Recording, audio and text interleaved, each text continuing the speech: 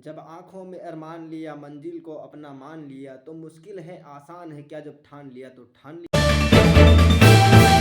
न्यायालय में हो रहे हड़ताल के बारे में आज हम जानते हैं। तो हाई कोर्ट के अधिवक्ता मधुलिका यादव जी और जो यूपी बार काउंसिल के वाइस चेयरमैन रही हैं उनसे आज मिलते हैं। इसका विरोध करते हैं। कुछ बिंदुओं पर प्रकाश डालिए कि किस तरह से जो है ये। जी जी मैम प्लीज। देखिए, ऐसा है कि एडवोकेट एक्ट जो ये अमेंडमेंट बिल 2025 आया है, इसमें 28 फरवरी तक का समय दिया है कि हम लोग अपने सुझाव दे सकते हैं। अभी ये प्रपोज है, खाली अभी कोई अमेंडमेंट हुआ नहीं। और उसमें जो मेन पॉइंट हैं जिनमें हम लोग अपने आज सब लोगों के सिग्नेचर करा करके विरोध भेज रहे हैं, उनके बारे में आपको बता रहे हैं। वैसे ये 98 पेज का है, बहुत बड़ा लाए हैं, तो हम तो पूरे का पूरा चाहते हैं कि पूरा 98 के 98 पेज जो डिलीट कर दिए हैं। लेकिन अगर बिंदु की बात है तो सबसे पहला तो ये है कि इन्होंने ये कर दिया कि यदि किसी अधिवक्ता के खिलाफ जो है डिसिप्लिनरी प्रोसीडिंग्स चलेंगी तो बार काउंसिल की डिसिप्लिनरी जो कमेटी है उसको 3 लाख तक का जुर्माना करने की जो है पावर होती है, जो कि बिल्कुल गलत है। इतनी बड़ी जुर्माना, पता चला फीस मिली हमें 5,000, कमेटी हम पे डाल दे रही है 3 लाख, तो हम लोग कहाँ से भरेंगे? अपनी जमीन जायदाद बेच के देंगे। उसी के अंदर एक चीज़ और इन्होंने ऐड कर दी है कि अधिवक्ता के खिलाफ डिसिप्लिनरी प्रोसीडिंग चलाने का जो खर्चा बार काउंसिल का हुआ है, उस खर्चे को भी अधिवक्ता से वसूल किया जा सकता है जिसके खिलाफ डिसिप्लिनरी प्रोसीडिंग चली है। तो आप समझिए तब तो बिल्कुल ही अधिवक्ता लुट जाए, क्योंकि एक अधिवक्ता के खिलाफ जब कार्रवाई होती है तो उसमें कम से कम 8-10 डेट लगती है, और एक डेट पे 2-2, 3-3 जो मेंबर रहते हैं सबको टीएडीए दिया जाता है। अगर वो सारा जोड़ लिया जाएगा तो मैं समझती हूँ 50,000 1 लाख रुपये तक बैठेगा, तो इतना अधिवक्ता कहाँ से देगा? तो पहला इसका नहीं। दूसरा ये ले आए कि साहब जो है आप धरना नहीं दे सकते, प्रदर्शन नहीं कर सकते, एब्सेंट नहीं रह सकते, बायकॉट नहीं कर सकते। तो आप ये बताइए, जब संविधान में लिखा है अभिव्यक्ति की स्वतंत्रता, तो ये कैसे उसको रोक सकते हैं? और अगर जो है कोई भ्रष्ट जज आया हुआ है तो आप बताइए कि हम कहाँ जाएं उसके खिलाफ आवाज उठाने के लिए? हम लोग कोई चिट्ठी पित्री लगते हैं तो उस पर कोई कार्रवाई करते हैं चीफ जस्टिस?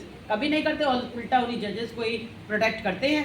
तो ये हमारा आखिरी हथियार है। इसी हथियार को जब तक हम नहीं करते हैं तब तक जो है मीडिया तक हम लोगों की तरफ नज़र नहीं डालती है, कोई अधिकारी हमारी तरफ नजर नहीं डालते। तो ये हमारा मौलिक अधिकार है।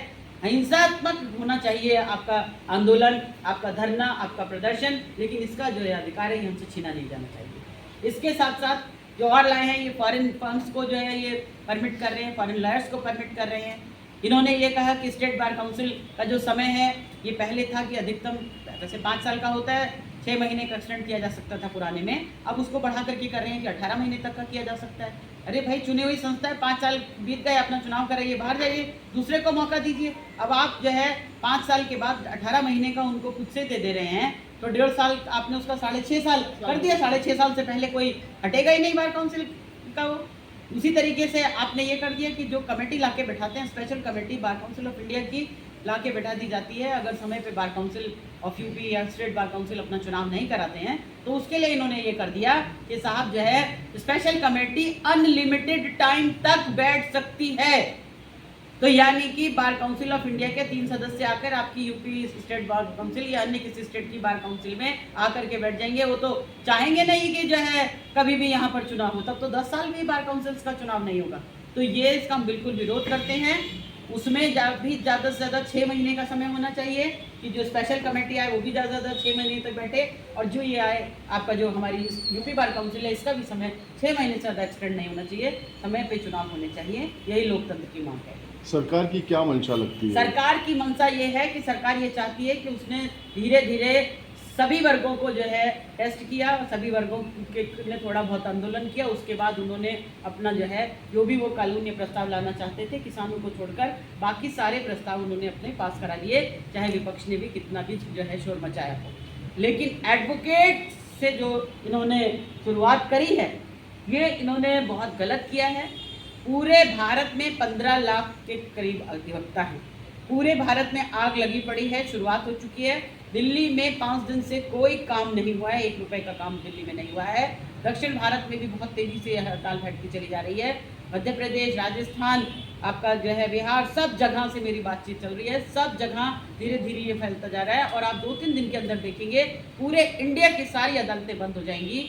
और हम लोग भी ये कहते हैं कि उत्तर प्रदेश के भी अधिवक्ताओं को इसमें आगे आना चाहिए और जब तक ये बिल वापस ना हो जाए तब तक जो है वो किसी भी कीमत पर जो है अदालतों में काम ना करें, क्योंकि अगर आपसे हड़ताल करने का अधिकार छीन लिया गया, प्रदर्शन का अधिकार छीन लिया गया, आपसे, आप जब बताइए कि जब डॉक्टर से मरीज मर जाता है, डॉक्टर से इलाज से मरीज ठीक नहीं हो पाता है, क्या आप उसको कह सकते हैं कि आप पैसा वापस दे दीजिए? क्या ऐसा कानून ला सकती है सरकार? तो एडवोकेट से कैसे कह रही है कि तुम्हारी जवाबदेही होगी, अगर तुमने जो है केस सही से नहीं लड़ा तो तुम्हारे ऊपर 3 लाख तक का जुर्माना कर देगी बार काउंसिल। तो उन्होंने जो अपनी प्रस्तावना लिखी है उस प्रस्तावना में लिखा है सर कि वकीलों की अकाउंटेबिलिटी तय की जाएगी। क्या आप बताइए कि अगर जो हम जिस प्रोफेशन में हैं, एक तरीके से आप इससे समझिए कि दुकान है, अगर हम अच्छा काम करेंगे हमारे पास लोग आएंगे, अगर हम नहीं करेंगे तो नहीं आएंगे। तो हर अधिवक्ता पूरा जी जान लगाता है अपने मुवक्किल को जो है विजय दिलाने के लिए, न्याय दिलाने के लिए। लेकिन अगर मान लीजिए किसी का केस कमजोर है या कोई और रीज़न है या कोई जज भ्रष्ट है या कोई कुछ भी और चीज़ हो गई है, तो उसकी वजह से अगर वो किसी कारण पर केस लूज कर जाता है तो वो हमको बार काउंसिल ऑफ यूपी दौड़ाएगा, वो हमको जो है कंज्यूमर फोरम दौड़ाएगा और उसमें प्रस्तावना में लिख देंगे कि आपकी अकाउंटेबिलिटी होनी चाहिए। तो ये जो 2 पक्ष होंगे तो एक पक्ष तो हारेगा ही। ये कैसे आप अकाउंटेबिलिटी तय कर सकते हैं? यदि संशोधन बिल जो है एक्ट में कन्वर्ट होता है, लागू होता है, तो आप लोगों की अगली पहल क्या होगी? देखिए हमने आपसे कहा पहले ही हम आपको बता रहे हैं, विरोध तो मरते दम तक करेंगे, जब तक हो सकेगा तब तक करेंगे।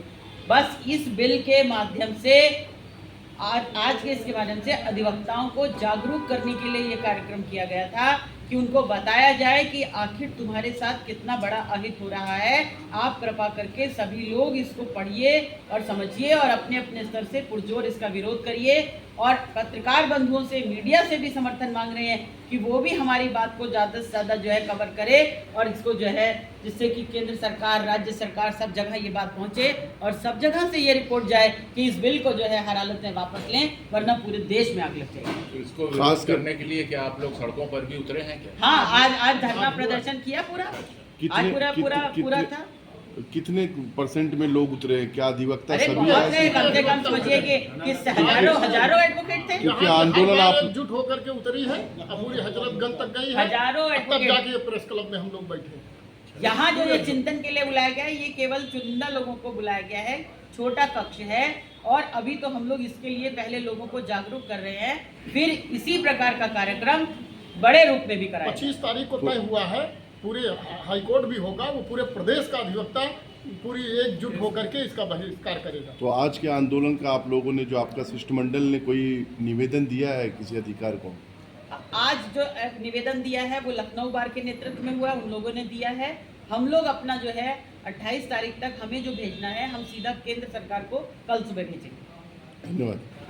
केंद्र सरकार ने क्योंकि 28 फरवरी तक सुझाव मांगे हैं, आपत्ति मांगी है, वो हम भेज रहे हैं पहले। डायरेक्ट हमारी अभी बातचीत केंद्र सरकार से है। केंद्र सरकार जब उसमें संशोधन से आगे बढ़ती है, बिल को वो करती है, तब फिर आगे का देखा जाएगा। बिना हमारे सुझाव लिए उन्होंने सुझाव मांगा है, तो इस सुझाव 28 फरवरी तक का उन्होंने टाइम दिया, इसलिए पहले सुझाव देना, पहले हम बता रहे हैं कहाँ गलत है। Thank you. अब हम मिलेंगे टीएन सर से, एडवोकेट टीएन सर। सर, आज जो अधिवक्ता संशोधन बिल के खिलाफ आप लोग जो है प्रेस क्लब में जो है कार्यक्रम आयोजित किया है, क्या रूपरेखा क्या है और क्यों आप लोग आंदोलन करें?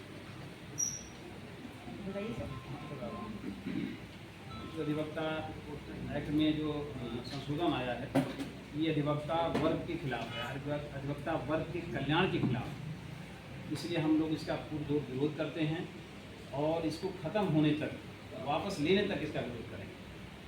ये हम लोग की मंशा है। बार के और मंत्रियों से जो बातें हुई, यहाँ पर जो वार्ता की गई है, इससे हम लोग दृढ़ प्रतीक हो रहे हैं। इसका हम लोग वापस होने तक विरोध करेंगे, क्योंकि ये स्वतंत्र न्यायपालिका के तहत कार्य करने के लिए बहुत बड़ी विघ्न और बाधा है। इस कल्याणकारी स्टेट में, हिंदुस्तान में, इस तरीके से बिल नहीं लाया जा सकता।